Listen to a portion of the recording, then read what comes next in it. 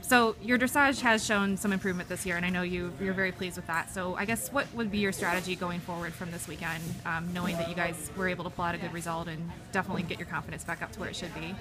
My plan from here is to go to Bromont. I've never done that CCI 3-star, and we've had a pretty great run for the last 2 years, but I unfortunately haven't had a good finish at a CCI since Rolex in 2012. And it's one thing and it's another, and I fell off last weekend, and it's usually been really stupid 20s and not good dressage tests. So I'd really like to go up there and school up the test. I think he'll do really well in that atmosphere and have a great dressage ride, and I'm eager to get out on that course.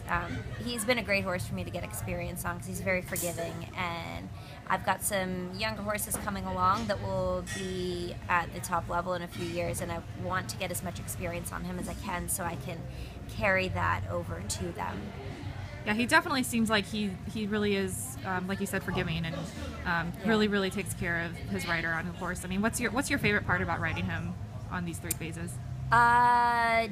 Definitely cross country. The only thing that I run into with him cross country is he's not the quickest thinker. So he really does take care of me 99% of the time. But like the issue with Rolex, like he tried to add a stride when he didn't get onto a jump early enough, and I think the distance I was riding him at earlier on in the course he would have taken, but it surprised him. So he's definitely an awesome cross-country horse to learn on, and I haven't had a horse as game as him until now, and so that's been really fun to get all my experience on. And fortunately, all of my younger horses are kind of following in his footsteps, and I've learned to find cross-country machines because I feel like if you don't have a cross-country horse, you don't have anything. Absolutely.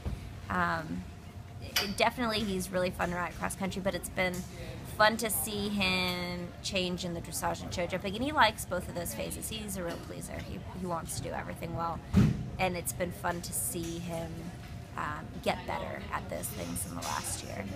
Awesome. Well, congratulations, Erin. I'm sure you're feeling great after this great finish, and good luck at Bromont and with your young horses as well. Thank you.